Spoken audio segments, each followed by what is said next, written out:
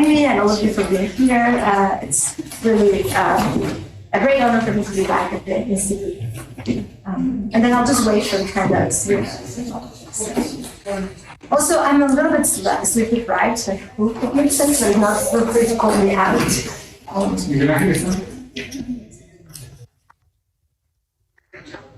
Okay, so the aim of this talk is to put forward an account of the notion of the passage of time that I will try to argue better captures the phenomenology of change. On this view, in experience, we deploy a notion of time as having passage, but I am going to try to argue that this notion of passage is not the traditional notion of passage that A theorists have endorsed. And by comparing the cases of the self and the case of passage, I am going to try to define this novel conception of passage, or this non-traditional conception of passage, from a number of objections.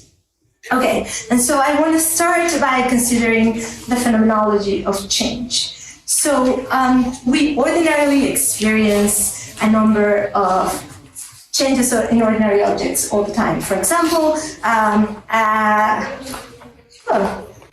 wrote down in the handout, and you can see I was sleep deprived, a flickering hand, but it's a flickering lamp, right? We experience lamps as flickering, hands as cooling down, Mexican food that's getting spicier in one's mouth, objects as moving.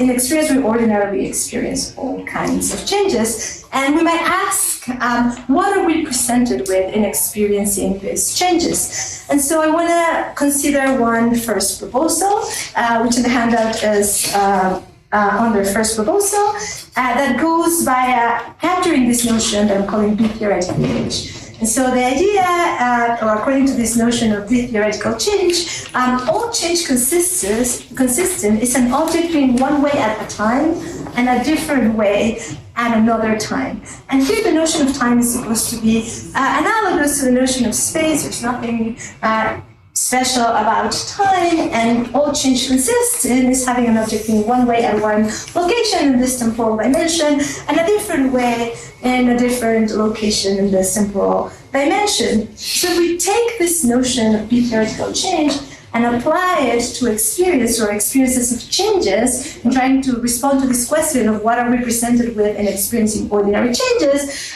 we get this answer. We get that in experiencing a flickering lamp, what we're presented with is a lamp being dark at one time and bright at another time. When we're experiencing the cooling hand, what we're experiencing is a hand being warm or a certain temperature at a time and a bit cooler than that at a later time. When we're experiencing the food getting spicier in our mouths, what we're experiencing is the food as being a certain level of spiciness, and then at a time, and then at another time, the food being experienced a little bit spicier than that. What I want to do now is object or argue against this view. I'm going to try to say that this is not what this doesn't capture all that we're presented with in experiencing ordinary changes. And the way I'm going to argue for this is by considering the analogous configuration spread out through space. And so this is under objection in the handout. And so the idea is that having an experience with the same configuration but spread out through space does not yield an experience of spatial change. And so here I want you to consider my child's light table. And these light tables are those tables that you turn it on and they lit up, and then you can put like some, I don't know, magnet tiles for like translucent colors, and then they look very cool. But I'm imagining that you can lit up half of it, but not the other half, right? So now imagine I have one of those light tables, and I turn it, and half of it is on, but the other half is off. So what's going on is that the table is lit in this location in space, but not lit in this location in space. Yet, this doesn't strikes us as an experience where there's the analog of change, but in space. Right? It doesn't seem like the table is changing illumination across space. We can contrast this experience with one where we just imagine a table that is not divided half and half, but it's just the whole thing lights up or not. We turn it on, it all lights up. It looks like the table is changing illumination through time. It looks like it goes from being off to being on in a way in which the analogous configuration in space does not strike us as changing through space. Okay, and so I want to use this notion, and this is in the middle of this first proposal, where I say, let us say that in space, the table is merely presented as exhibiting a variation of illumination across space, but not as changing through space. Whereas in time, the table, when I turn it on, when it's off and I turn it on, the table does strike us as genuinely changing its illumination.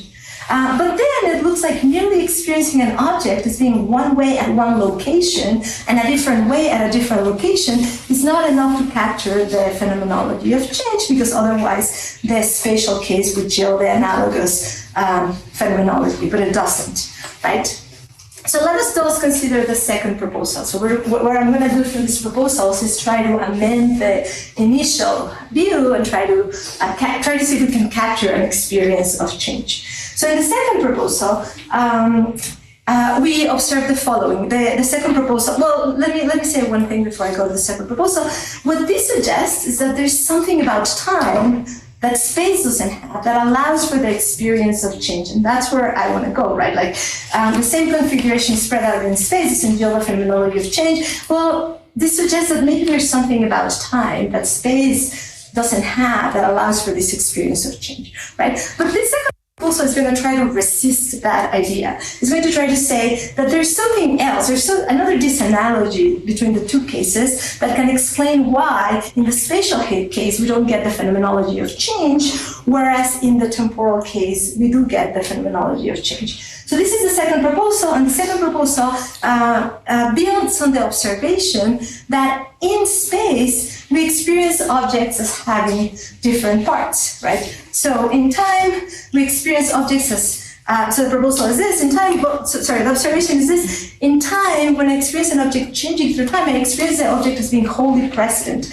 at the different times at which it exists. So if the table is lit here, I experience the whole table as being present at a moment in time, and then I lit it up, and the whole table now is presented as having a different illumination at a different time. Whereas in space, where I was considering the my child's light table, it is one part of the table rather than the whole table that is experienced as being on or being lit up, whereas a different part of the table is experienced as being off. And so perhaps this is the reason why in time but not in space we experience objects as genuinely changing properties. And indeed this is close to what Simon Prosser has proposed in his account of the phenomenology of change. So the idea is that in time, we experience objects as, this is the second proposal, and that in time we experience objects as genuinely changing because we experience them as being wholly present at each temporal location at which they exist. Whereas in space, we do not experience objects as genuinely changing because we experience them as having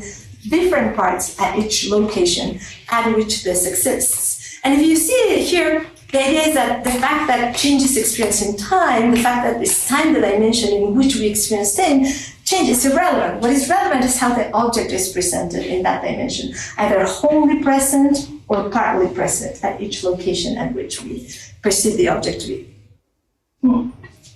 But here's an objection to this case. So now consider a case where an object is presented as being wholly present and having a property at one spatial location, and being wholly present and not having that property at another spatial location. So in the case of the table, imagine that you were to have an experience like this. You see my child's table here, wholly on, and then you saw my child's table here, the very same table, it strikes as being the very same table, but being off. So now this is not how we experience objects in space, granted, right? As I said, we experience objects in space as having different parts at each location at which they exist. But we can imagine, we can consider what it would be like to have such an experience. And so now I'm asking you to imagine that. Here's a child, my child's table on, here's my child's table off. When we imagine this experience, this doesn't seem to, or this doesn't strike me as an experience where there's something analogous to change, but spread out in space. indeed, this strikes me as an inconsistent experience. Like, how could the very same table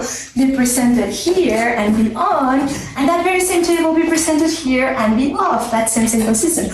Or imagine this different case. Imagine your friend Audrey is here and it's standing. You see her, your experience, your visual experience is like this. You see Audrey as standing here, and at the same time, you see Audrey as sitting here. That would be really odd. Like, how could Audrey be standing and sitting? And it perhaps would be inconsistent. It would definitely be disconcerting, but it would not seem as be, oh, Audrey's changing the positions of her body.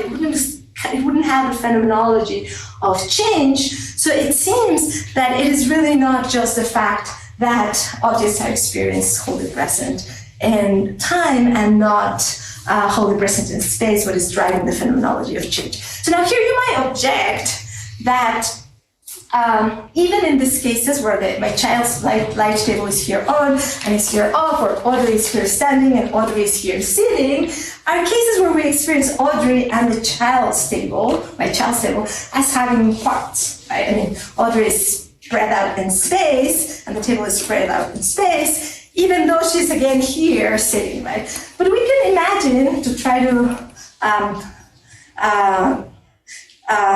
table that difference or not focus on that this analogy, we can imagine a pixel here, blue, and imagine you have that, and it does it as a pixel that is so tiny that you still perceive it, but don't perceive it as having parts. And imagine it strikes you here as being blue, and what you see is this, the very same pixel, you have an experience here of the very same pixel, but being red.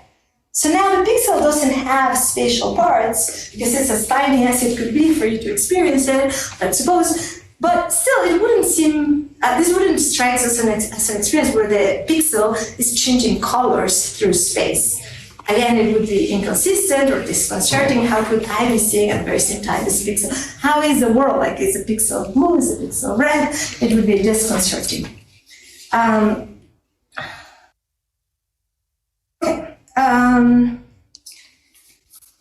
Yeah, I have more things to say about that, but let's move on. So then, here's the third proposal in the hopes of amending this proposal. Now suppose that what is missing in this experiences we've been imagining is that the change is sudden, and what we want is a smooth variation of the property along the relevant dimension, in this case, space. So now imagine that you see an array of my child's tables, where the table is very bright here, and then it's getting dimmer and dimmer until it's dark over here, right? Again, having that visual experience, spatially organized, doesn't seem to strike us as an experience where the table is changing through space, its illumination. Or to go to the Audrey example, imagine Audrey standing here and then going a little bit shorter and shorter until she ends in a sitting position here, and you look at this configuration, again, this wouldn't strike us as an experience where Audrey is changing the position of her body through space. But then it seems like this third proposal, where there's an appeal to a smooth variation of the relevant property across the relevant dimension, it's not going to work either. Okay, so then there's the fourth proposal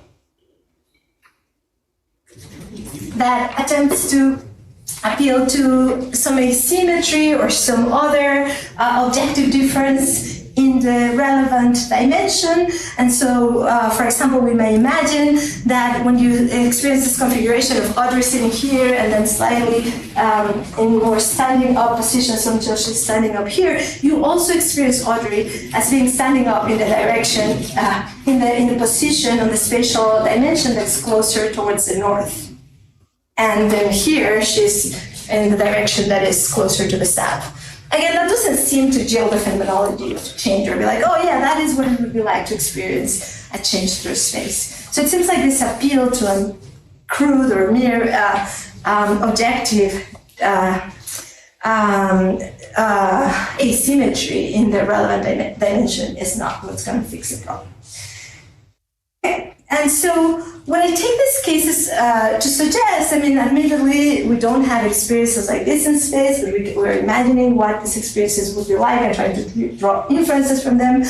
But it seems to me like what these cases motivate is the idea that what is relevant in experiencing change is that the dimension in which we're experiencing change is time and not space, and none of these other things about whether the object is presented as being wholly present or an appeal to the smooth variation of the property or this appeal to an objective asymmetry in the relevant dimension, what is relevant.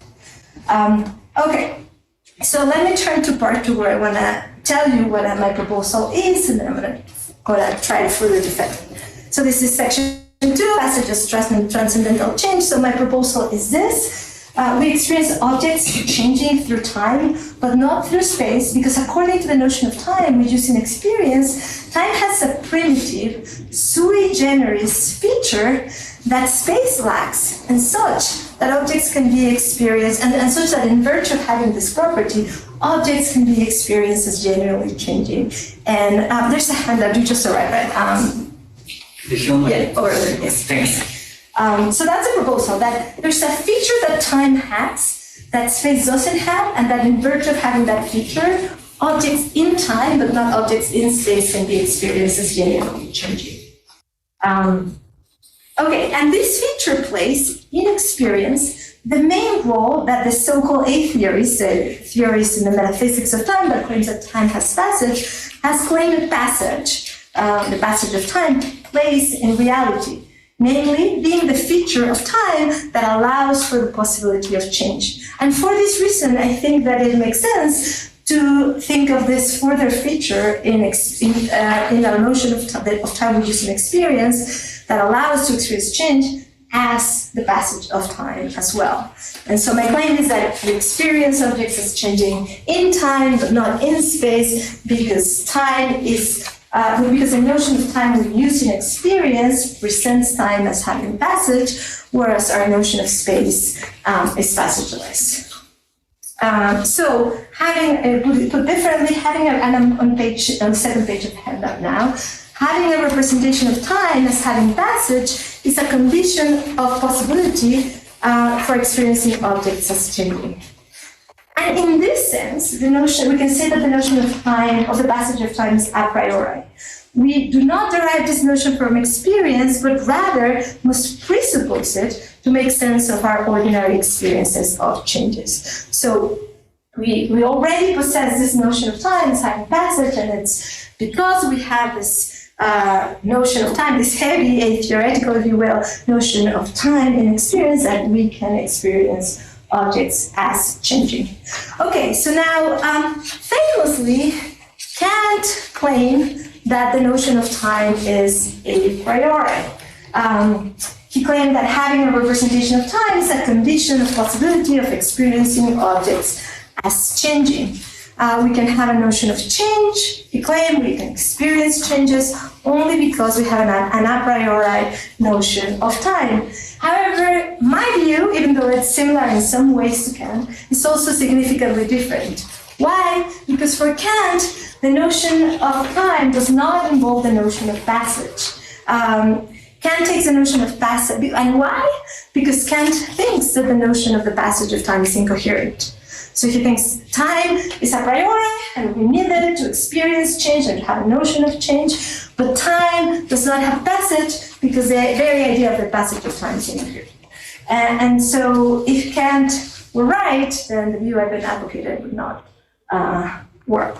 And what I want to do is defend my proposal from Kant's objection. But let's look at Kant's objection. So why does Kant think that the notion of time, of the passage of time, is incoherent? Because Kant says, for time to pass is for time to change. But I've told you that a condition of possibility for experiencing change, says Kant, is to have a notion of time. For there to be change, we need to presuppose a notion of time. So if we take time itself to be changing, then we must presuppose a further notion of time that will allow us to make sense of this change in time, and on we go on an infinite regress. And so, for example, here's a quote from Kant. He says, for change does not affect time itself, but only the appearances in time, just as simultaneity is not a modus for time itself, in which no parts are simultaneous, but rather all succeed one another. If one were to ascribe such a succession to time itself, one would have to think yet another time in which this succession would be possible, and end of quote, and so on. Off we go on an infinite regress. Okay. However, Basecamp, taking the notion of a passageless time to be a priori, is not enough to make sense of an experience of an object always changing. For in Kant's view, space is also a priori, and as I argued in the beginning of this talk, representing O as being one way in one location in space and a different way in another location in space does not deal with the phenomenology of change through space. It rather seems to deal with an inconsistent experience. How could order be standing and Kant sitting at the very same time? So it seems like just claiming that time is a priori is not enough to make sense of our ordinary experiences of changes, which do not seem to be inconsistent or weird in any other way. Okay.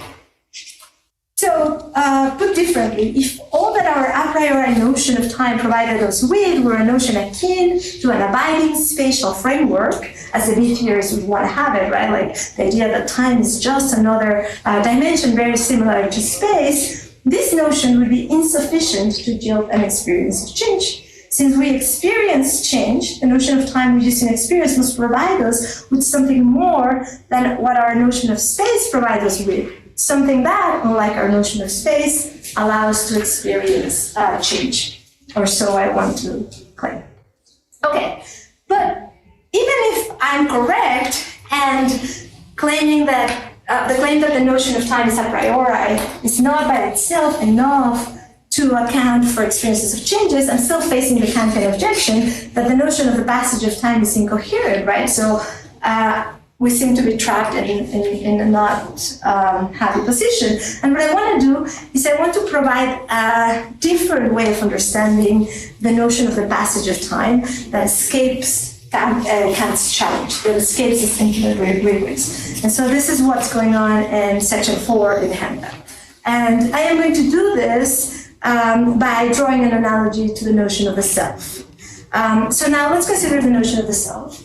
So you might claim, or one might claim, that the notion of self is a priori because having a representation of self, or more clearly of being oneself, is a condition of possibility for experiencing someone as being me. Else, experiencing someone as being me would amount to experiencing someone as having an objective property, like wearing glasses, or being tall, or having short hair, or whatever it is, right? But yet, I may fail to experience myself as having any of those objective properties, but still experience myself as being me. But then, experiencing someone as being me does not amount to experiencing someone as having an objective property. So one might think we cannot account for the notion of self in terms of objective properties. So how do I account for experiencing this body as being mine or this person as being me? Well, I must presuppose that I have an a priori notion of self that I deploy in experience and that allows me to experience this person as being me. But now someone might want to object against this view, the view that the notion of self is a priori, in the following way. They might want to say, well, here's a problem. The notion of self is unintelligible because it yields an infinite regress. So I'm not endorsing this view, but I want to explore how this infinite regress would go and see how, in the case of the self, we want to stop that regress. And then I'm going to come to the case of time and say that we could do the same thing for the notion of passage and end up with a coherent notion of passage that escapes Kant's objection. And so let me go back to the notion of self and try to articulate how this objection would go. Let's call the empirical self the ordinary person experience as being me. This would be the empirical self. Let's call the transcendental self what I refer to with that a priori notion of self that I must presuppose to experience someone as being me. Well, now one might think, look, the transcendental self is itself represented as an object that's me. But to represent the transcendental self as being me, I must presuppose a notion of self, and off I go on an infinite regress. But to represent the transcendental self as being me, I must presuppose another notion of self that will allow me to experience this former self as me, and so on ad infinitum. But here, someone might want to stop the regress by noting that what sets up the regress, and this is the way out in the handout, what sets up the regress is thinking of the transcendental self as the empirical self, is collapsing the distinction between the empirical self and the transcendental self. Namely, the problem is that we're thinking of the transcendental self as an object experienced as being me. But the transcendental self is what makes representing anything as being me possible. It is, as it were, the source of the representation of me-ness. It's not itself an object that is represented as being me. And in that way, we stop the regress, right? We don't have to say that the transcendental self is itself represented as an object that is me, and that for that reason we need to presuppose this other self, and so on and so forth. And in that way, the regress does not get off the ground. So now I want to claim the same with analogous claim for the case of passage. So how, let me use the same model to articulate a version of the Kantian objection. So let's call the empirical change as whatever goes on when an ordinary object is experienced as changing. When the lamp is flickering, whatever is going on there, that's empirical change. When my hand is cooling down under a gush of cool water, that's an empirical change. What goes on in my mouth when the food feels as getting spicier, that's an empirical change.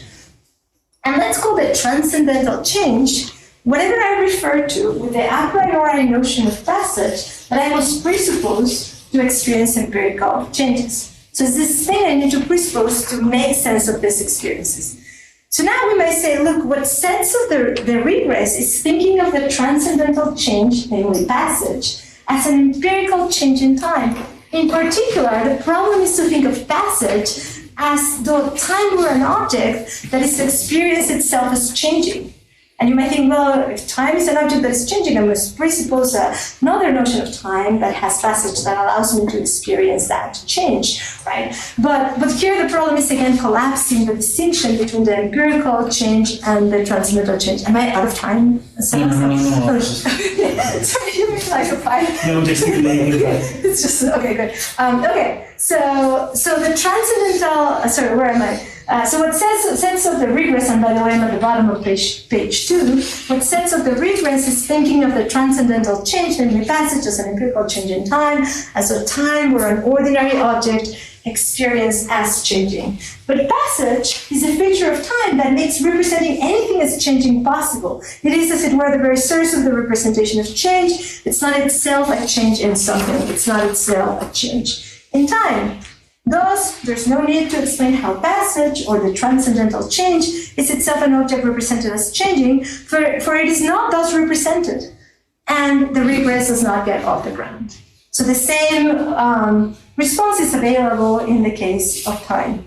And so the takeaway here is that while the notion of time must involve the notion of passage, why to account for ordinary changes, this does not amount to representing time as itself changing. Rather, it amounts to representing time as having a feature that allows to experience ordinary objects in time as changing.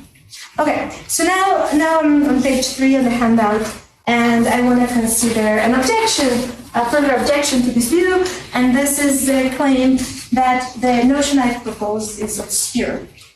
And why? Because look, on your view, your claims that we can merely characterize this notion, the notion of passage, as whatever feature of time is needed to make sense of change. That's kind of a negative characterization. Wouldn't it be nice to give something more positive? And in reply, I want to say that, in a way, this objection amounts to a demand for a reductive account of the notion of passage in terms of other notions. But what I want to point out is that not all notions are reducible to other notions. Some are primitive. Some are things that we just have to begin with. And what I want to assert is that the notion of passage is primitive. And for example, Mtra thought that the notion of time was primitive, and for him the notion of time involved the notion of passage.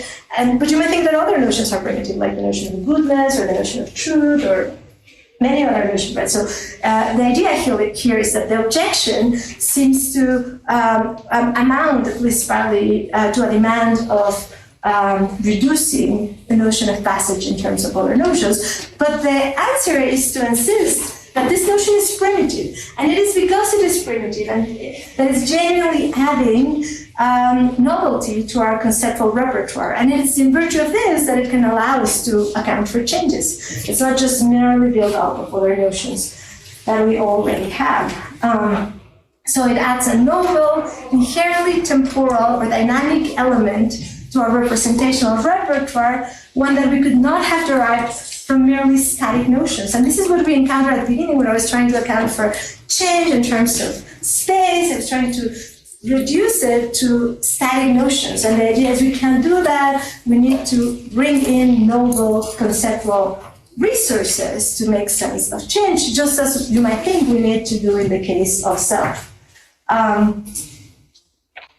Characterizations that solely appeal to static notions, those amenable to also be applied to space, portray experiences of change as presenting us with mere, smooth, directed variations of a property along a dimension or blatantly inconsistent state of affairs, or both, but in any case, they don't present us with an account of change. I also want to point out that an analogous objection could be made in the case of self, right? When we say, look, the notion of self is obscure. We can merely characterize the notion of self as whatever is needed to make sense of someone as being me. And the reply, again, I think, involves pointing out that this partly amounts to a demand for reducing the notion of self to other notions. But part of the idea is that the notion of self is adding novelty, conceptual novelty to our repertoire, to our conceptual repertoire. And the claim is that we cannot reduce the notion of the self to merely objective notions, right? We need to add this subjective notion to account for our experiences of being ourselves. So again, this presupposes that the notion of self is not primitive, but this notion, the reply would insist that this notion is primitive. It adds a genuinely novel, inherently subjective element to our representational repertoire, that one that we could not have derived from merely objective notions. And this is what allows us to properly account for experiencing an object or a person as being me. And as I briefly noted, it seems like trying to capture that experience in terms of an objective property is bound to fail. Okay, so now I'm in section 6, and I just want to connect this to the phenomenology of passage. So if this view is correct, then to experience the passage of time does not amount to experiencing, so let me put it this way, to experience the passage of time is not for time's passage to be the object of our experience, like a cooling hand maybe, or a flickering lamp maybe, right? To say that we experience the passage of time rather amounts to claiming that we're deploying in experience an inherently dynamic notion of time in structuring our experience. This is what allows us to experience ordinary objects, lamps, hands, spicy food, quite genuinely changing, quite changing illumination, quite cooling down, while becoming spicier. And again, the same can be said in the case of the self. Like with the notion of passage, there is no self that is the object of my experience, right? Just as I don't experience the passage of time as an object in my experience, it doesn't seem right to say that I experience the self as an object in my experience, right? Like Hume famously claimed that we can't only look inside, we can't point at the self, right? Rather, the idea is that experiencing myself amounts to deploying an inherently subjective notion that to structure my experience, and that without that notion, I cannot account for ordinary experiences of this person as being me, of this hand as being mine, of this mental states as being mine, and so on. Okay, so how much time do I have? Yeah, when are we? Well, maybe I just 10 more minutes. 10 more minutes. So now I'm in section 7, and I want to note that the question I want to ask is, can time be as we experience it to be? I've been arguing that in experience, time presents itself as having passage. And now the question is whether time could be indeed the way we experience it to be. And I want to point out that the view I've developed allows the A theory to resist an objection to the idea that time can be as we experience it to be. So let me go through this objection. Now, well, according to the A theorist, in reality, time has passage. Many A theorists also hold that we experience time as having passage. Indeed, many A theorists appeal to our very experiences of passage to support their views. According to their views, time is in reality as it appears in experience to be. According to the traditional A theorists, however, to claim that time has passage is to claim that there is a fundamental change in which time is subjectively present. Right? So according to the traditional view of passage, for time to pass is for a time to be now, and which time is now to change. So there is a change in which time has an objective property of nowness. Now, this view has been subject to the objection that it's at odds with our best science, in particular with the theory of relativity. And here's one version of that objection. This is on section 7 under objection. This view is at odds with our best science. According to the theory of relativity, there are pairs of events such that there is no fact of the matter as to whether they are simultaneous or not. For example, relative to one frame of reference, you're listening to my voice right now, and the decay of a moon on the stratosphere are simultaneous. Relative to another, they are not. Assume now that time is experienced as having passage, and now, and according to traditional A theories, this amounts to claiming that time indeed has passage. And in this respect, that there is a time that is subjectively present, and that which time that is changes, right? So if we experience time as having passage, and time is as we experience it to be, and we assume the traditional A theoretical account, this would yield a view according to which there is a time that has the objective property of being present, and which time that is changes. Okay. But for any two events that are objectively present, as a matter of fact, these events would happen at the same time. They would be objectively simultaneous. But then, if you're listening to my voice right now, the decay of a moon and the stratosphere take place at the present time, then as a matter of fact, these events would be simultaneous. But this would contradict what the theory of relativity says, and so this has been an objection to the atheoretical account of time. Now, there are different ways in which the A theorists have tried to respond to this objection, but what I want to point out is that if you endorse the notion of passage that I've been advocating, and you're trying to motivate an A theory of time on the basis of experience, then you can escape this objection. Why? Because according to the view I've proposed, experiencing the passage of time does not amount to experiencing a change in time. And in particular, it does not amount to experiencing a change in which time is now. There's no talk of nowness here, right? But then, one cannot infer from the claim that our experience of the passage of time is veridical, that there is a time that is subjectively present. Thus, it is not committed to maintaining that there are events that happen at the objective present, and hence to claiming that there are events that, as a matter of fact, happen at the same time.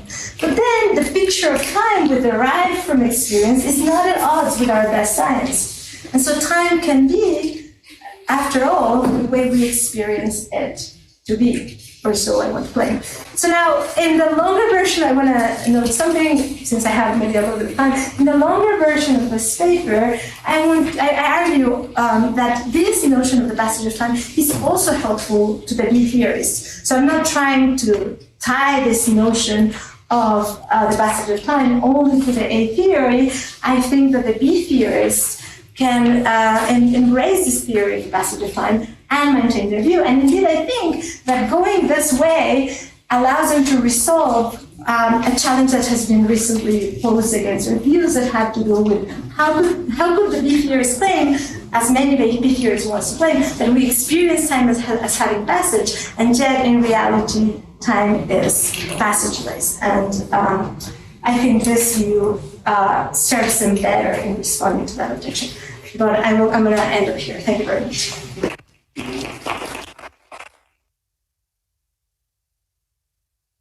Work our way this time in this direction. Jeff, you start us off. Cool, no, thanks. That's super interesting, and yeah, I mean, I'm quite sympathetic with the idea that there's something distinctive about our experience in the passage of time. And there's some special kind of mode of presentation going on that we need to theorize here. But I just had a couple of questions. So my first question has to do with like the motivation at the beginning. So like comparing temporal experience with certain types of hypothetical spatial experience, like variation across space and that kind of stuff. I was a bit worried there that just would invite the reply. I think you even just mentioned this in the talk, that, well, what's different here is just that one of them is space and the other one is time. I mean, you know, we've got all sorts of quality spaces where experience like color and loudness and spatial experience and temporal experience and so on. They all have their own distinctive phenomenology, so it's not surprising that, you know, time is distinctive in that way. Yeah. But then I kind of still agree with your point, because it sort of seems like there could be different ways of experiencing time. So we experience it in this sort of passagey kind of way. But you could imagine a being who has a more sort of synoptic way of experiencing time, where it's a bit more like a space-time diagram or something like that, where they just sort of take it all in as a sort of a kind of B-theoretic way, right, where it doesn't even appear to be passing. Right. So I agree that there is this project of explaining the distinctive passagey thing. Yeah, okay, so... But I think maybe might be better motivated in that way, by sort of imagining different ways of explaining time itself. Yeah, good, that's helpful. That was my... Can I say something about that first point, and then you said something I'm going to forget? Yeah, so I agree with you that you could just say, well, the difference has to do with this experience is in time and that one is in space. But I think, at least to me, but I agree with you that maybe it helps me motivated from the experience of passage. That opens the question of like, why? What is it about time? Especially if you're coming from the B-theoretical perspective, where you're trying to equate or make time be as similar to space as possible, right? That opens up the question of like, why? Why in time it would be this way and in space it would be this way? And you don't want to just say, well, because it's time, but what is it about time? And then I was trying to say, well, when you're trying to amend or like add the whistles and colors to time, but in a way that doesn't go all the way to our passage, you don't seem to be capturing the phenomenology of change. But you seem more sympathetic. You seem pretty sympathetic to begin with the idea that we experience time in a passagey way. Yeah. And I think if you're there, then maybe it seems more effective to appeal directly to that as a relevant difference. But maybe I was trying to persuade someone that was less readily willing to accept that we experience time in a passagey way, but I take it in. Okay. Can I carry on with that? Yeah. Okay. But then just quickly, the second thing I was thinking was, I mean, you're sort of resisting a reductive account of the special kind of passagey way of experiencing time. Yes. And you said, and I agree that one way of being reductive would be to say, oh, well, there's a sort of a notion of passage that can be reduced to other notions, so it's not a sort of primitive notion that's composed of other notions. Yeah, that probably isn't very plausible, but another way of being reductive would be to give a substantive account of like what it takes to have this special kind of primitive representation, like say what kind of functional role it has or something like that. So if I wanted to like say what's different between human passagey experience and like this more sort of synoptic B-theoretic experience, I might say something about, functional role or something like that. So in other words, I feel like there's other ways of being reductive other than reducing it to other notions. Yeah. So could we go, and that would sort of illuminate a bit more like what kind of thing we're talking about. Good. But you would still be happy if, suppose I gave you that kind of reduction, but still insist that there's no reduction at this level at which I was trying to claim there's no, you would still be happy with that. Yeah. Oh, okay, yeah. So it would be a way of like saying more about this notion of passage that I'm not yet saying. Because I feel just say there's this notion and they don't say anything about what it takes to possess that notion or have that kind of representation. I'm still quite sympathetic with the idea. So I agree with you that if I had that, I would want to give it. But part of me feels like I can't do it for the case of self either. I'm like, well, I just experience this as being myself, and then I don't have this functional account that I think would provide this extra thing that would help with the phenomenology. Maybe it would help with other things, but not with the phenomenology. But I agree with you that if I had it, it would be nice to plug it in there. I was gonna, sorry, let me say something about what you said earlier, and then feel free to push back. No, don't feel free. Then don't feel free to push No, I back. think I'm done. I think Okay, so let me just recap. I take the point that if I had another non-experiential reduction, it'd be really nice to provide that.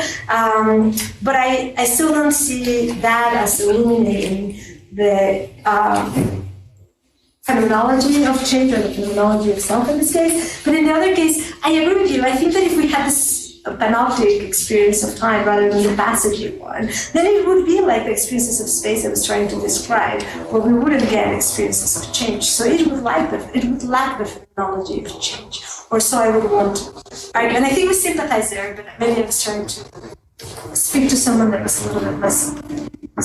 Thank you. Andrew? Oh, thanks. Yeah, I have a few questions, but maybe I'll focus on, I wanted to understand better how the notion of passage interacts with questions about the structure of consciousness, and in particular, how you would want to individuate experiences across time. So for example, I'm wondering whether it's necessarily the case that atomic experiences involve some degree of passage, or whether there can be like something analogous to experiential time slices. And part of the reason I was wondering this is that if there can be something like experiential time slices, then I'm not sure how to fit passage, in your sense, into that picture. So then, yeah, I guess I'm wondering if like your view entails this like chunky view of experiences, this diachronically chunky. Yeah, I don't think so, because I think you would have atomic experiences where you're deploying this passagey notion of time to represent whatever you're representing. So I don't think there's like, I'm not trying to appeal to a mirroring constraint, like, you know, the ontology or the metaphysics of consciousness has to have the same temporal features as the temporal experience, features that the thing represented has. I think you could have it atomic. This is similar to objects, but I don't know about passage, but you could have. And then, yes, does that make sense? Yeah, that helps. But then if we're just thinking about the content of the experiences, then does it have to be the case that the contents are always, that there's always representation of something diachronic as opposed to synchronic? Yeah, that I want to remain neutral in responding to that, but I feel like even if it were synchronic, it could still be passagey. I mean, we can have, insofar as we can make sense of instantaneous change, right? I mean, that would require separate discussion, but you could have a non-diachronic experience, perhaps. I mean, I'm trying to remain neutral, but if we could have these experiences, they could represent change in this non-diachronic, in the synchronic way. Does that help? Yeah, I see. So it's sort of like there's representation of like rates of change alongside the like particular spatial positions of objects on that kind of synchronic view. Well, I would want to say that insofar as the synchronic view appeals to a notion of time, and the notion of time is passagey in the way I've suggested, then you could experience at a moment in time an object is genuinely changing. Maybe we can't have experiences at a time, but that would be a different discussion. But if we could, then I don't see why, if the notion of time that we're deploying is one that has this passagey element, we could also have an experience of an object that's changing at that one moment in time. Okay, Yeah. thanks. So, Thank you. So I wanted to ask you about how to understand the challenges of the position and the thing that you want to figure out. And for me, it would be helpful if you explain me why, rather than complicating the structure of time, what happens if we complicate the structure of objects in time, where we have like, I was thinking in those examples like these 4D worms, where, you know, this table in T and another table in T-1 are the same, but they are not identical, so there is some kind of counterpart relation between them. So we don't have this kind of inconsistent experience. And then we articulate what is passage by experiencing something in T1 and having a memory of the same object is not identity, but rather this counterpart relation Right. between t and t minus 1, for something along these Yeah, lines. It's yeah, complicating the object, a la Lewis, and then rather than complicating the structure of time, Yeah. and try to account for that. Good. So this is to follow that line where I was trying to appeal to changes of the object, right? Yeah. So Yeah, it seems to me like, I mean, I agree with you that there's going to be different ways of complicating the story, and I by no means was exhaustive here, so you can have this. But it seems to me that all of them are subject to the same objection, that when I imagine that, it's like the panoptic experience that Jeff was talking about. I imagine like seeing something that is static, right? Something that I see the same object. Suppose it's no longer inconsistent because I'm this creature like that sees this object as being a part of this one, but somehow connected to the same, or even as being the same, but maybe my experience allows me to seeing them. But still, it doesn't seem to me that it has this passage. That this is what the passage experience amounts to. Yeah. can I just use one example? So think of the video, where you have static images one after each other, and it's moving. Yeah, that's moving. That's made out of this part that, given relations between access or phenomenology, or even your phenomenology is just a start where you have like the right now experience and the memory of the t minus 1, and it's not clear to me how is it not possible. I mean, I don't have an account, of course. Yeah. So how to recover anything, or I don't have the intuition or the grasp why I would fail to recover the experience of change out of that, given that I can perfectly recover movement out of video or something like that. So here was when you said the video is moving, do you mean the video The itself image, is moving? the object is moving in the video. But do you mean irrespective of our experience of it, or I have an experience as of an object moving when I see it? The second one. The second one, yeah, but that I'm not sure how it helps in the, because I could say, I have an experience of the object is moving because I'm deploying this this notion of time that has this dynamic element. But if the idea is that rather like I see the pictures, like different scenes of the movie I'm watching, and I could in some sense intellectually see them and recover them as moving, is that the idea? I feel like that piggybacks on an experience I had of passage, and I'm using this static experience to produce in me the other experience that I have had. But this doesn't go to show that is what an experience of the passage or of the change of the object in the movie amounts to. But yeah. Maybe I can try one shortly last attempt. So the idea is to make an analogy between what is going with the video and with our experience. We have in every moment experiences of one of these chunks of the object, that they have different counterparts, and I construct the change in the experience by experiencing the table in one location in T and another one in T minus 1, etc., etc. And I have this one, I'm building up this experience out of these elements. All of them are statics, and then I get something like the video, and I'm complicating and I avoid this kind of objection of having inconsistent experience, because it's not inconsistent to have a counterpart. Right. So that was good. So there's two claims I'm making, right? One is that it would, if it were wholly present, if the thing were wholly present, other were presented as being wholly present here standing and wholly present here sitting, it would strike me as being inconsistent. So you're saying, well, but let's suppose this is experienced as a counterpart of Audrey and a counterpart of Audrey, so we get rid of the inconsistency. And the second claim is, even if that were inconsistent, it wouldn't jail the phenomenology of change. This doesn't strike me as an experience of Audrey changing the position of the body. But I agree with you that it may evoke that experience. And you're like, I'm going to interpret this as an experience of Audrey changing her position. But I think that piggybacks on me already having had experiences of objects as changing. I don't think that is what the experience of change actually consists in.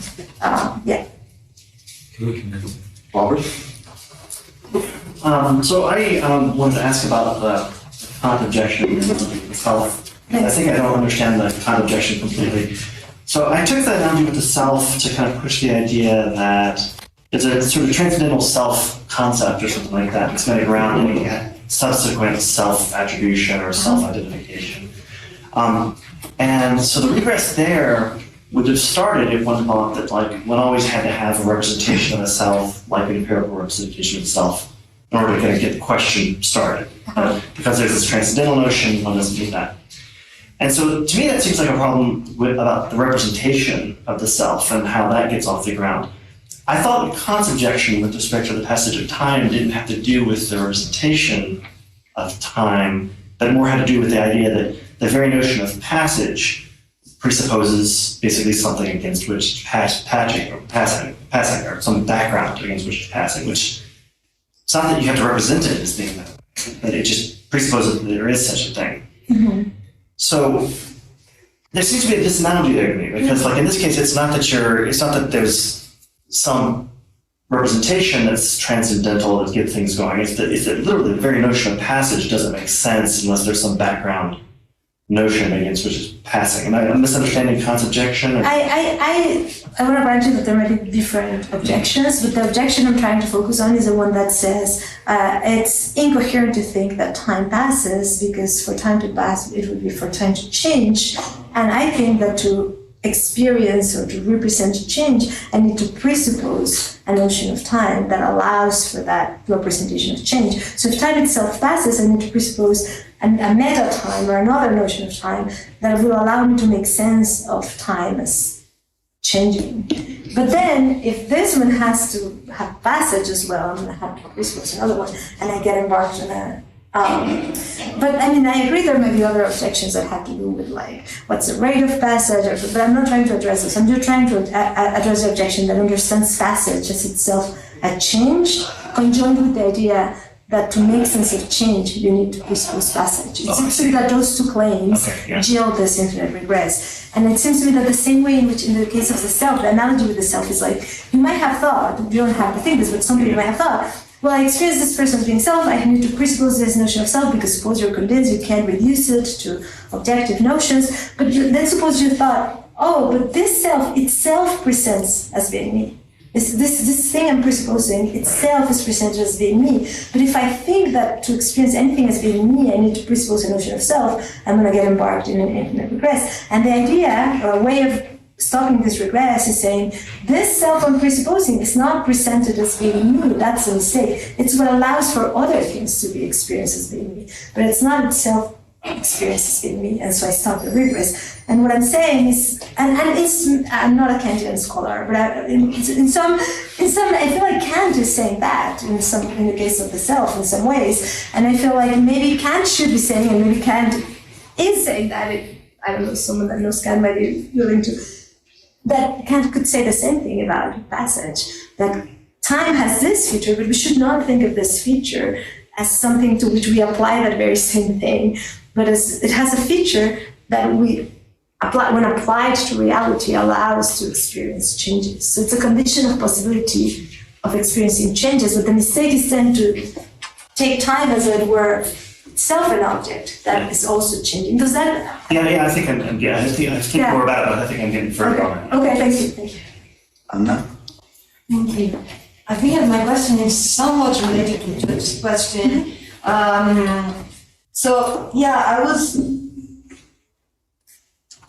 I was thinking how your proposal couldn't somehow be integrated with the first proposal, so you say that time has a primitive feature such that object can be experienced as changing, and then you can say that change, like experience of change, is experiencing an object, having some properties, and then being one way and then being a different way. And still keeping the idea of some commonalities between time and space. So what I was thinking is that both time and space we can see. So then there is like the level of representation and the level of reality. But so let's take the level of representation. So time, both time and space have positions, and so. Both in time and space, there are objects that are fully in a position with some properties. And these are commonalities. Right. But then time and space are different things, different dimensions, not things, but different dimensions. Yeah. And that allow for some states of affairs to occur or not. And so in space, it's just not possible that an object is fully present in one position and in another position. Right. But in space, in time, yes, and that's just the difference, and it doesn't have to do with something special about change and experience of change, but it's just that at a certain point there is some kind of ground level of primitive difference between two dimensions that have commonalities. And the main commonality is having positions. Yeah, that's helpful. I don't know, what do you think about No, this is helpful. I'm trying to understand better. Yeah, let me try to explain the dialectic in a slightly different way to see if this is helpful, right? So, sorry, I was going to say something at the beginning and I completely forget. So let me start with the end anyways. So, the way I want to put the dialectic is something like this. Oh, so now I know what I was going to say first. I'm slow processing. I totally agree with you. I grant the point that time and space are going to be disanalogous. So they're going to be analogous in a bunch of ways, right? Both are dimensions, both have locations. I'm not trying to claim there's no feature of time that is shared with space. That's not the claim. What I'm claiming is there is one feature that that time has that space doesn't have. And I think that feature is linked to the phenomenology of change. So the way I want to parse the dialectic is something like this: so we experience change in time and not in space. And so one question is why, right? So if you say, and so I want to say, if you say when in answering that why question, you give me something that space can have, I feel I can recreate an experience. I can imagine that experience in space. And it seems to me when I recreate it that it's not gelling, the analogous experience of change, but in space. It doesn't feel like a change in space or anything like that. So it can't be that feature. And so I agree that I haven't tried every single possible feature, but in a way my claim is you give me that feature that space can have, and I'm pretty sure that when I recreate that experience, that is not going to gel an experience of passage, which pushes us to say, well, there must be something that time has that space doesn't have, that allows for passage, which was what you were suggesting. But that invites the question, well, what is it, right? It has to be something. And it seemed that you wanted to say, well, it's something, but why does it have to be passage? And I say, well, it's passage because it's what allowing for change. And to me, all passage is that feature of time that allows for change. So insofar as it's something about time that allows to make sense of change, and that is not something that could be had in space, then that's enough for me to call it passage. So in a way, I'm saying that is passage. And this is revisionary, right? Because the traditional notion of passage is something of passages and now moving, changing through time. And I'm saying, but it's also not revisionary because the empirics has always say also that passage and change are linked and that passage is the thing that allows for change, but they run those two things together. So in a way I'm trying to say, this has nothing to do with the moving now, but it has everything to do with making sense of change. Does that help? Okay, thank you. Santiago? Yeah, thank you very much. I have a question about your question of the objection of obscurity. And I think that your reply raises a big philosophical issue, and I want to frame it in a very general way. So one might complain that there is no substantive difference between giving an account of X in terms of something else like Y, that in turn it's primitive, and giving no account. So then the question is, what's the difference? So here is what is motivating me, independently of whether you are a reductionist or not. But in ordinary explanations, we expect explanations to appeal to a plurality of things, entities or notions that somehow interact with one another, and then give you an understanding of the phenomenon at hand. But here we have like a structure that seems to be too simple to have an account. So we have passage, and something primitive that is this transcendental change. Well, transcendental change is passage. So rather we have change, Oh, okay. and then we have passage. Right? Okay, Yeah. good. So I'm lacking more elements Uh-huh. to get a proper account. Uh-huh. So then the question is, why do you think there is a proper difference? Because if there is no difference, then you can restate the objection of obscurity in terms of there is no real distinction. Yeah. So can I ask you a question in response? But it's not evading. Would you say the same thing about the self? Like, would you say like there's not enough? Because I feel like one could just say, look, I don't think you can reduce the notion of like the world presents itself as being inherently subjective and also objective, but I can't account for that subjectivity in terms of objectivity. I just have to add another resource. And what is my reason that the world presents itself as being having this subjective element? And so I want to say the same thing about change. I say, well, the world presents itself as being dynamic in this way. And it's full of changes. My phenomenology is full of changes, and I want to account for them. But I can't account for them by purely static notions, by understanding time as though it were just an extra spatial dimension. And that makes me think, well, but I need something else. So then maybe there's this extra inherent dynamicity in the world that I cannot reduce to other things, and so I just postulate it or add it. So that is not the same as not having given an account, because if I hadn't given an account, I would have stayed with the static or the purely objective in the self case. And I'm saying that's not enough. And the way out is I'm adding this thing, but I'm not adding it without a reason. I'm grounding it on my experience of subjectivity or my experience of dynamicity. But I don't know if you feel the same reaction in the case of the self. I have no theory of the self, so I don't know. But what I think is that many people, when they face the kind of situation you have, become ex-firsters. You know, where an ex-firster is someone who says, I don't have an account of this, but look, all the things I can explain with it. So in the case of knowledge, for instance, that is very popular. You have no account of knowledge, but if you grant that there is knowledge, you can explain the rationality of action, and you can explain all our norms of assertion and this, and so forth and so on. So one might read you as saying, look, the world is such that there is passage. And we can explain lots of things with that. But it's not that I'm giving you an account of it. I'd rather use that to explain lots of things that we experience. Right, that's what I'm saying. I'm saying the experience changes. Ordinary, it's just like, our experience is full of what would it be a changeless experience? It would be this panoptic thing. That's not how my experience is. And I'm claiming I can't explain it if I don't add this extra primitive relation. If I could, I wouldn't add it.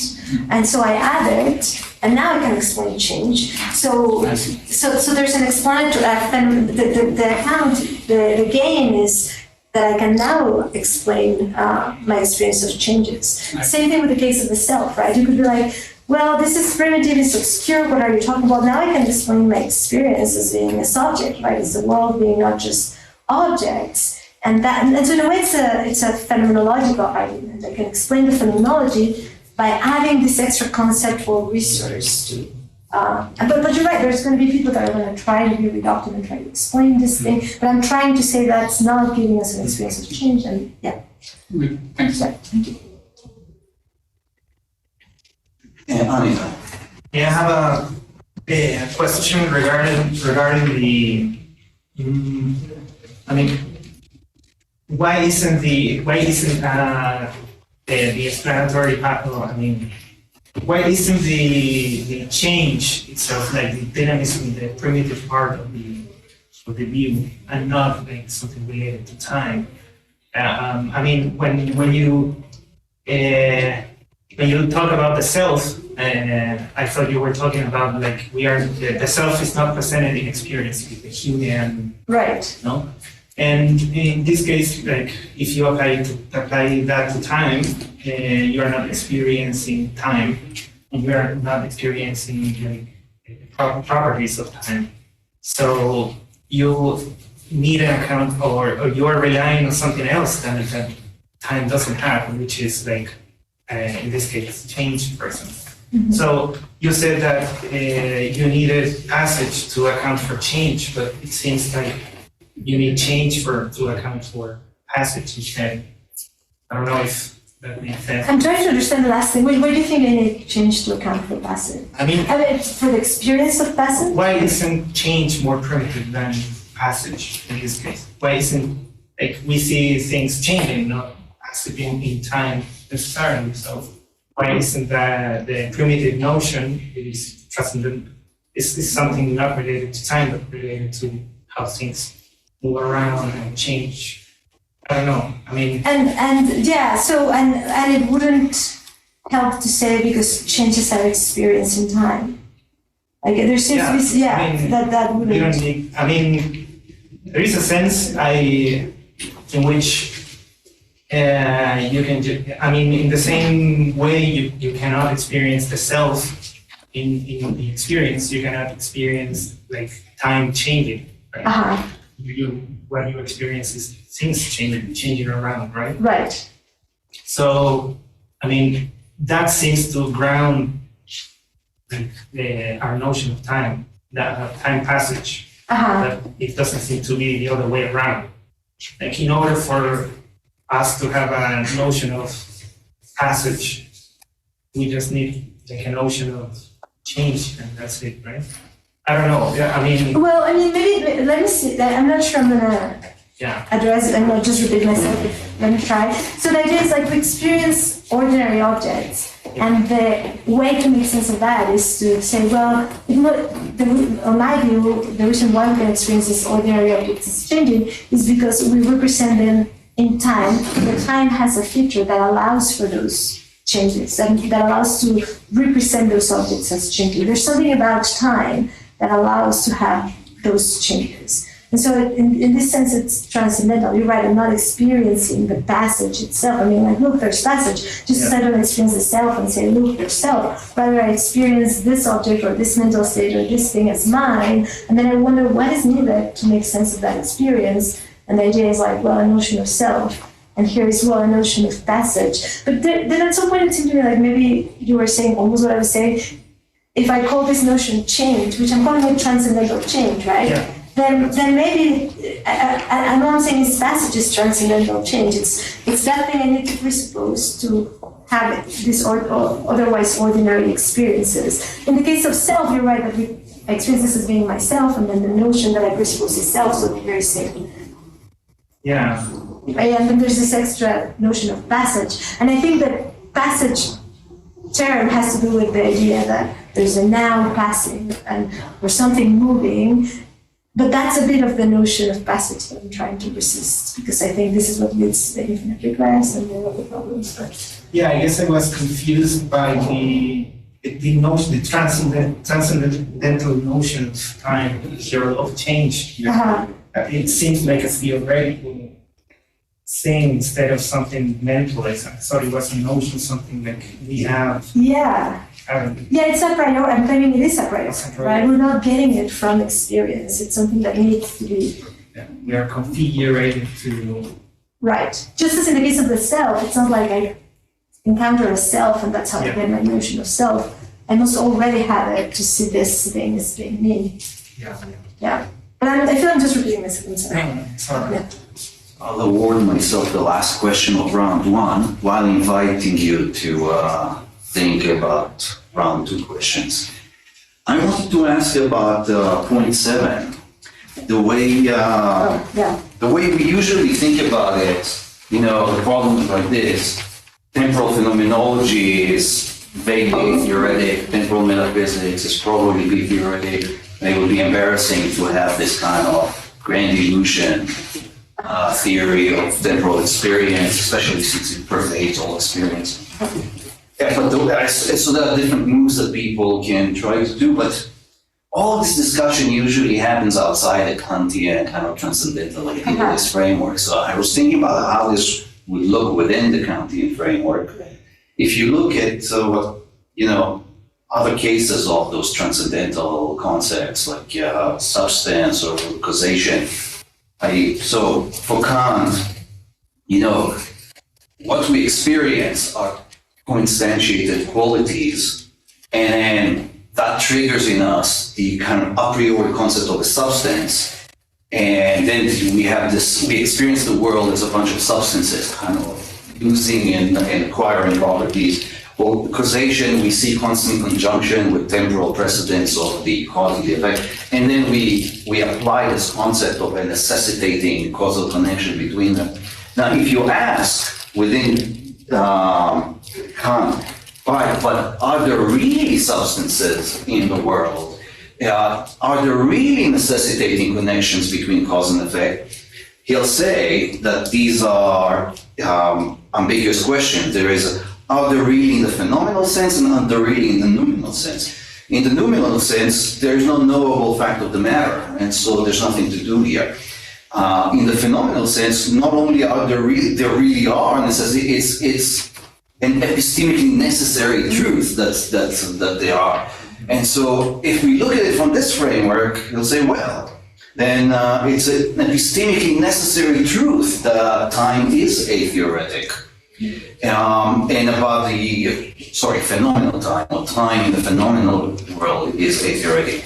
But the noumenal world may be atemporal, maybe atheoretic temporal, maybe theoretic temporal, maybe something we can't even conceive.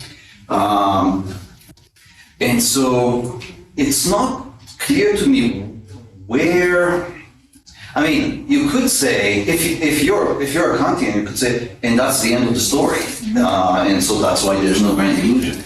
It's not clear to me what you do within this framework about the fact that, just as in the case of space, that our best science suggests a non-Euclidean structure to space, when Kant said the Euclidean stuff is a priori truth.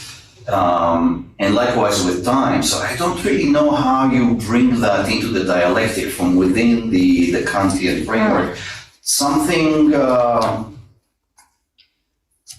some consideration that seems relevant. I don't really know how to put it into the dialectic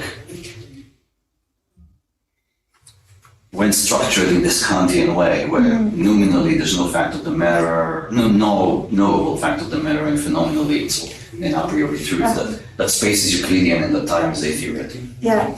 Well, I don't know what to say because I kind of want to agree with everything you said, but let me say a few things. First of all, I don't mean this view to be all the way Kantian, right? I mean, this notion, I'm trying to work with the notion of a priori. For Kant, the notion of the a prioricity is linked to veridicality, as you nicely explained in the phenomenal sense, like there's an empirical realism claim. But one need not go all the way there. When we claim that some a priori notions are not tied to veridicality, right? So you could have an a priori notion of time as having passage, but time doesn't have passage. I mean, you will be departing from Kant. So this was part of your question. Like, you can't be a Kantian and say that, but you can be a non-Kantian. It's short for a priori truth. Right. So the a priori would only be like you're not getting it from experience. It already. So in a very so if you think of what is it, this core concepts that you didn't get them from experience, you just had them, but that doesn't mean the world has to be structured. You could go that way. I'm not saying you have to go that way. I agree completely with you that you're a Kantian. You shouldn't go that way because there's a necessity component and a veridicality tied to this a prioricity.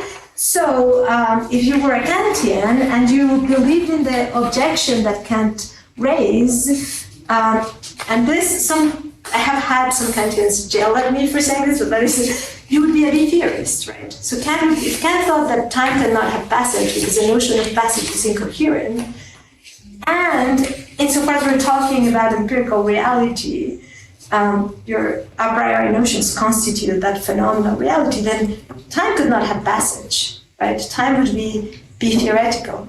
I mean, not about the moment, right? So he would be a B theory. So now you might think this is anachronistic, we can't do this. So I would agree with that too. But I'm just noting that there are different notions of a prioricity, and I'm not presupposing the Kantian one all the way through. Is that? Yeah. So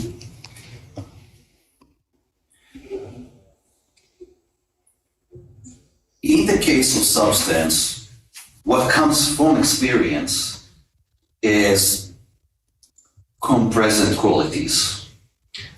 And then something is applied to them that doesn't come from experience, which is the concept of a substance.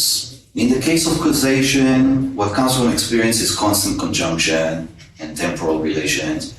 And then something comes not from outside experience, which is the concept of causation qua necessitating relation. Likewise, you're suggesting what comes from experience would be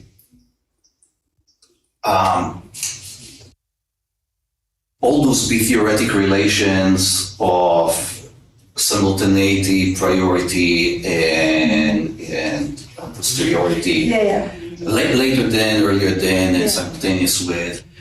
And then something would be applied to this, which doesn't come from experience, which is succession or the weird thing is that the experience, so what Kant says comes from experience is what Hume said comes from experience. It's just Hume didn't think there was anything else. Hume wouldn't say that the experience that we have of time is theoretic. Just experience, temporal experience. I don't know, it does seem to come from experience. There is change over time. So I thought I was seeing your question better, but then I lost it. But let me say a few things. First of all, I'm not sure everyone or every Kantian will agree with the way you're putting it, of like what comes from experience and what we put, because some people might think that it's more complicated and it's co-constituted, and you can't talk about what's coming from experience without imposing this. So then that just already begs the question, right? I mean, in that sense, Comes from perception. so you build the world, right? With your, like the a priori concepts build that world. And so in that sense, so that's one thing. But another thing, and now I feel the first of your question, because you're saying, well, if you're putting it a priori, how would you then want to say that the world is happening? And I didn't mean to say that. All I was saying is, I'm trying to give an account of the phenomenology of passage. I'm being in some way neutral to the metaphysics. And then I'm saying, but look, if you were an atheist already, I'm not saying become an atheist because of what I said, if you were already an atheist, you would have an advantage with my notion of passage rather than the traditional one, because you wouldn't face the objection from science. Now you might say you can't be an atheist because it's all experiential, and so that would be a different discussion. Now, I'm also saying in the part that you presented, if you're a B theorist, you also are better off with my notion because you can account for the phenomenology. Like, here's one little thing, like on the B theoretical framework, it's precisely this is a problem, right? Like, how could you explain that this is a global illusion? And one way of responding is by saying, because this notion is a priori, and that's how it's global. I mean, this is a very short way of putting it. So does that, Yeah, it's nice. Second round. Pablo. This might be it's a thing. I wanted to wait for everybody because it might be just a methodological question about. I have a worry about your analogy from self and passage, because I'm not sure if it's a problem. But I wanted you to clarify things to me in order for me to be sure that it's not a problem. When you, I'm on point 6, for example, when you say that experiencing the passage of time amounts to deploying an inherently dynamic notion of time in order for structuring our experience, I worry that it's not the same thing that we do when we, it's not quite as analogous as you're saying, in the case when we do it, deploying this to structure our experience around self. right? Because when we structure our experience, deploying this self, the thing that it's, the result is that something is mine or it's not mine, right? But we don't do the same when we deploy this with passage because everything changes, right? In what you're saying is this applies to everything. And when we apply the same tool with the self, it does not apply in the same way. Yeah.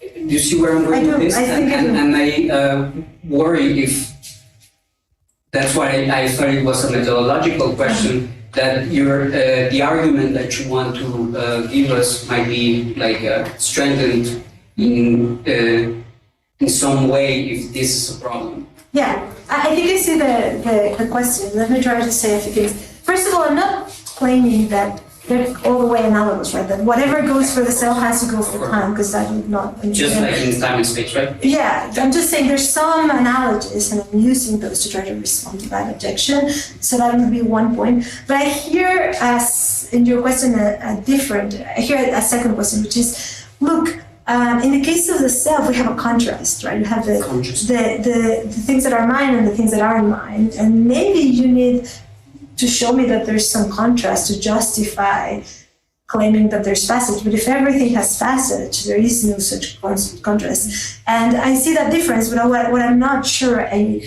have to agree with is that you need the contrast to justify the claim of hypericity, or maybe put it differently, maybe contrast with space is contrast enough, right? Is saying, look, in the case of space, we don't get this experience of change. So in that sense, I am doing a bunch of contrasting, but I'm not doing contrast within time, because you're right, I'm claiming that the notion of time has this feature that will make it suitable to represent objects as changing. It should be contrast within the experience. Right, but this is contrast within experience, right? I'm saying if the table is lit up here and not lit up here in space, I don't get the phenomenology of change. So if you're thinking of like the method of Siegel's method of phenomenal contrast, right? Like there's a contrast here, we don't have phenomenology of change. And if we're B theorists and think that time is just another dimension very similar to that one, but that all change is the object here having a property and the object here not having it, then it looks like we should have similar experiences, but we don't have similar experiences. In the case of time, you see this. In the case of space, you see this other thing that is not changing. And that's my reason for claiming that time must have something that space doesn't have that allows for that. Okay. Yeah, thank you. Thank you. We're actually out of time. Oh. So round two will have to happen during lunch. Thank you, Carla.